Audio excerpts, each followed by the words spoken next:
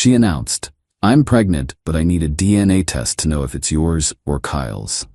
I calmly said, "No problem." Then we scheduled a DNA test. What the doctor told us at the appointment changed everything.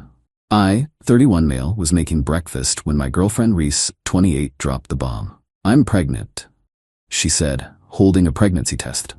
I dropped the spatula. We'd been together for 2 years, living together for 6 months. This wasn't planned, but I wasn't upset until she added, "But I need to be honest with you. I don't know if it's yours or Kyle's." Kyle, her work friend who texted her good morning every day. Kyle, who she'd sworn was just a colleague when I'd asked about him 3 months ago. I turned off the stove, sat down. "Okay, tell me everything."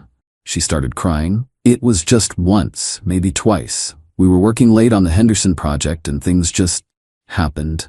"When? About 6 weeks ago." "Right around when? You know?" "Right around when we'd been trying to work through our issues, when she'd suggested we needed to reconnect and had initiated intimacy more than usual." "So you were sleeping with both of us." "It sounds bad when you say it like that." "How should I say it?" She got defensive. "Look, I'm trying to be honest here. I could have just not told you." "You're right," I said calmly. "Thank you for telling me. Let's schedule a DNA test." She looked surprised. "You're not mad?" "Oh, I'm furious. But getting emotional won't change anything. When can we do the test?" "Well, we have to wait until I'm at least 9 weeks pregnant for the blood test, or after the baby's born." "Blood test it is. Make the appointment." She hugged me, crying about how understanding I was, how she knew I'd be an amazing father, how this mistake didn't change how she felt about me. I hugged her back. Then I went to the bathroom and threw up. That afternoon, while Reese was at work, I called my brother Ethan, he's a nurse. "Hey, quick medical question. Can you do a prenatal paternity test at 6 weeks?" "Yeah, but it's not recommended until 9 weeks for accuracy." Why? I told him everything. "Dude, leave. Now. I want to know first, why? If it's not yours, you leave. If it is yours, you still leave because she cheated. It's not that simple. It's exactly that simple." But I had a plan. See, Reese thought I was some pushover. The safe guy who'd raise another man's kid without question. She was about to learn differently. First, I documented everything. Screenshots of her texts with Kyle. She left her iPad logged in at home. Nothing explicitly sexual, but lots of thinking about you, and last night was amazing messages from the time frame she mentioned. Second, I called Kyle. "Hey man, it's Reese's boyfriend. We need to talk." He hung up immediately. Called back 5 minutes later. "Look, I didn't know she had a boyfriend." "Really? Because she lives with me." "She said you were roommates."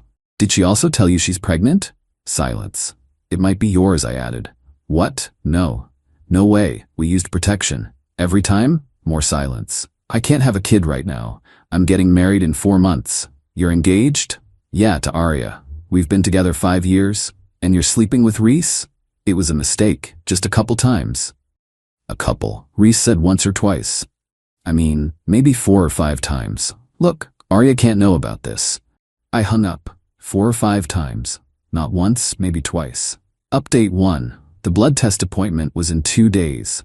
Reese had been playing perfect girlfriend, cooking, cleaning, being extra affectionate. She'd also been texting Kyle constantly, though she thought she was being sneaky about it. What she didn't know was that Kyle had been texting me too.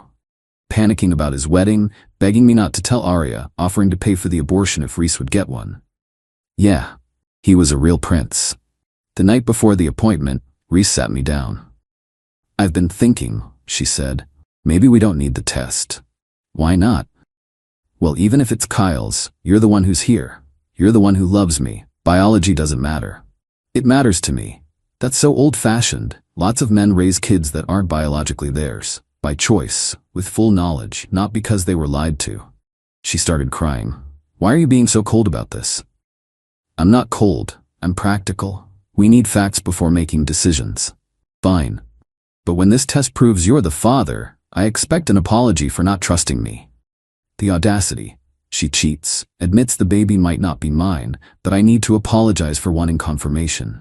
The next morning, I called in sick to work, told Reese I had an important meeting. Instead, I drove to Kyle's workplace. He saw me in the lobby and tried to run, literally turned and speed walked toward the elevator. "Kyle, we need to talk about tomorrow." His coworkers all turned to look. He stopped, face red. Not here, he hissed. Then where? You won't answer my calls. We went to a coffee shop across the street. He was sweating bullets. I'll sign away rights, he said immediately. If it's mine, I want nothing to do with it. What about Reese? What about her? She's your girlfriend, who you slept with, multiple times. She said you guys were basically broken up. We lived together. She said that was just for convenience, that you were moving out soon. More lies. I was starting to see a pattern. Show me the texts where she said that. He pulled out his phone, scrolled for a bit, then showed me. Screenshots don't lie. Reese had been telling him for months that we were basically roommates, that I was emotionally absent, that she was planning to leave soon. She'd been setting up her backup plan. If things worked out with Kyle, she'd leave me. If not, she had good old reliable me. I'm sending these to myself, I said, forwarding the screenshots. Please don't tell Arya. I'm not your relationship manager, Kyle, but you should tell her yourself. He left looking like he might puke. Good. Update 2. We went to the appointment together. Reese held my hand in the waiting room, playing the nervous, expectant mother. The nurse called us back, took Reese's blood, then turned to me for my sample. Oh, the nurse said, looking at her chart. Mr. Davidson? We already have your sample from last week. Reese's head snapped toward me. Last week? Yeah, I said casually. I came in early to save time today. That was a lie. But Reese didn't know that. The nurse looked confused but professional. I don't see any record of. Could you check again? Maybe under my full legal name? She typed something. Oh yes, here it is. Must have been a filing error. God bless medical professionals who can read a room. Reese was suspicious but couldn't say anything without looking crazy. After the blood draw, the doctor came in. Dr. Martinez, an older woman with kind eyes. So we're doing a prenatal paternity test today? Yes, Reese said quickly, just to be sure. I see. And Mr. Davidson, you're the potential father? One of them, I said clearly. Reese kicked me under the table. Dr. Martinez raised an eyebrow. One of them? There's another potential father, Kyle Morrison. He couldn't make it today. He doesn't need to be here, Reese said. It's definitely one of you two. Actually, Dr. Martinez said, for the most accurate results, we should test all potential fathers. Kyle's not available, Reese said quickly. That's strange, I said, pulling out my phone. He texted me saying he was on his way. Reese went pale. You invited Kyle? We all need answers, right? 20 minutes later, Kyle showed up looking like he was walking to his execution. His fiancée Arya was with him. The waiting room got very uncomfortable. What is she doing here? Reese demanded. I told her everything, Kyle said quietly. She deserves to know. Arya looked at Reese with pure disgust. You're the home-wrecking piece of trash who's been sleeping with my fiancé? I'm not a home-wrecker. I didn't know about you until when? Because Kyle says you've known for months. Dr. Martinez intervened. Perhaps we should all calm down. Mr. Morrison, we'll need your blood sample as well. As Kyle got up to follow the nurse, Arya called out. By the way, Reese, I'm pregnant too, 3 months. So congratulations, you might have given my baby a half-sibling. The look on Reese's face was something I'll never forget. Update 3. A week later, we all met back at the clinic. The tension was unreal. Reese hadn't spoken to me in 3 days after finding out I'd ambushed her with Kyle and Arya. Dr. Martinez came in with the results. I have some unusual news, she began. Just tell us, Reese snapped. Mr. Davidson, you are not the biological father. My heart dropped, even though I'd suspected it. Mr. Morrison, you are also not the biological father. Wait, what? Everyone started talking at once. Reese was screaming about faulty tests. Kyle was demanding a retest. Arya was laughing hysterically. However, Dr. Martinez continued, raising her voice, there's more. The room went silent. Miss Thompson, when we ran your blood work, we discovered something. You're not actually pregnant. What? Your HCG levels indicate what we call a chemical pregnancy. You were pregnant very briefly, but it wasn't viable. Your body has already miscarried. The pregnancy tests you took at home were likely during the brief window when HCG was present. Reese broke down sobbing. But I had symptoms. Morning sickness. Stress and anxiety can mimic pregnancy symptoms, Dr. Martinez explained gently. So there's no baby? Kyle asked, looking relieved. There's no baby. But the paternity test, I started. We ran it on the fetal DNA present in her blood from the non-viable pregnancy. Neither of you are the biological father of that pregnancy. Meaning there was a third guy. Reese was sobbing. Kyle was stunned. Arya looked at me with something like pity. Who else, Reese? I asked quietly. I can't. Who else? It was just, there was this guy at the conference in March. It meant nothing. March, 3 months ago. When she'd gone to a work conference that I now suspected wasn't entirely about work. Anyone else? She just cried harder. In the parking lot, Kyle tried to talk to me. Man, I'm sorry about all this. Save it for Arya. Arya surprisingly came over to me. You okay? I will be. For what it's worth, you handled this with more class than I would have. I'd have burned everything down. Day's not over yet. She actually smiled. Good luck. They left together, Kyle trailing behind her like a beaten dog. Reese was waiting by my car. Can we please just go home and talk about this?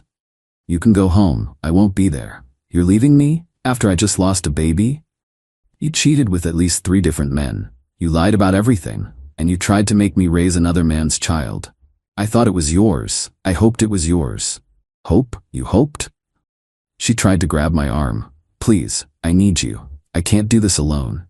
Then you should have thought about that before you did it in the first place. I got in my car and left. She called me 36 times on the drive home. I didn't answer once. Final update. It's been 2 weeks since the clinic disaster. Here's where everyone ended up. Reese is living with her sister Mira. She tried to spin the story on social media about how I abandoned her during a miscarriage, but that backfired when Arya commented with the full truth. Reese deleted all her socials after that. She showed up at my work last Monday, making a scene about how I was heartless and cruel. Security removed her. My boss, who'd heard the whole story through office gossip, told me to take the rest of the week off paid. Nobody needs that kind of drama, he said. Kyle and Arya are somehow still together. She's making him go to counseling, and from what I heard through mutual friends, he's basically on probation for life. She made him quit his job to get away from Reese and any other temptations. He now works at his father-in-law's plumbing company. Karma. The conference guy? Turns out his name was Derek, and Reese had been texting him too, hoping he'd leave his wife for her. He blocked her when she told him about the pregnancy scare. But here's the real kicker. Remember how I said I had a plan? Well, 2 days before the DNA test, I'd already signed a lease on a new apartment. I knew, regardless of the results, I was done. The test was just about getting closure and making sure I wasn't on the hook for child support. The morning after the clinic, I moved out while Reese was at her sister's. Took everything that was mine, which was basically everything since she'd moved into my place. Left her clothes, her makeup, and the couch she'd bought from a garage sale. She came home to an almost empty apartment and a note. Rent's paid until the end of the month. After that, it's your problem. She tried to contest it, saying I'd illegally evicted her, but she was never on the lease. She was just a guest who'd overstayed her welcome. Her sister Mira actually reached out to apologize. Turns out Reese had been bragging to her about juggling multiple guys, calling me her safety net, and Kyle her fun option. Mira had told her she was being horrible, but Reese had said I'd never find out. She's always been like this, Mira told me. Even in high school, she'd date the nice guy while hooking up with the bad boys, then play victim when it blew up. I'm sorry you got caught in her tornado. Last I heard, Reese was on dating apps, looking for her next safety net. Her bio says she's looking for a real man who can handle a strong, independent woman. The delusion is strong with that one. As for me, I'm in therapy, working through the trust issues this whole mess created. My therapist says I handled it better than most would have. You stayed calm, got facts, and protected yourself legally and financially. That's impressive. It doesn't feel impressive. It feels like survival. But I did learn something valuable. When someone shows you who they are, believe them. And when they tell you you're pregnant with a baby that might not be yours, run a DNA test. On everything. My buddy asked if I regret not giving her another chance. Another chance to what? I asked. Cheat with 4 guys instead of 3? Lie about 5 things instead of 10? Nah, I'm good.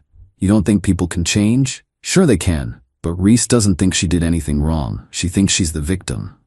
Hard to change when you can't even see the problem. He bought the next round.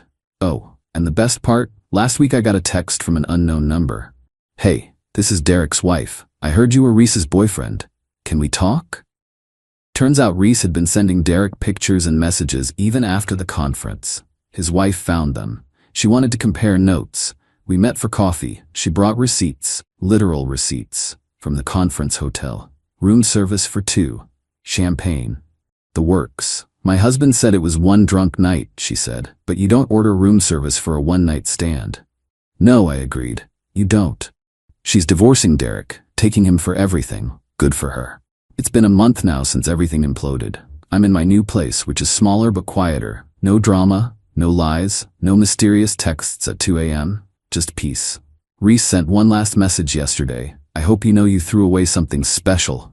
I replied, I know exactly what I threw away. Then I blocked her. Cool? Cool. Edit. To everyone asking why I went through with the DNA test if I was leaving anyway, I needed to know she couldn't come after me for child support later. Cover your bases, people. Edit 2. Yes, this is real. Yes, people are really this messy. If you've never encountered someone like Reese, consider yourself lucky. Edit 3. For those saying I should have been more sympathetic about the miscarriage, she was barely pregnant for a hot minute with some random conference hookups baby while telling me it might be mine. My sympathy well was dry.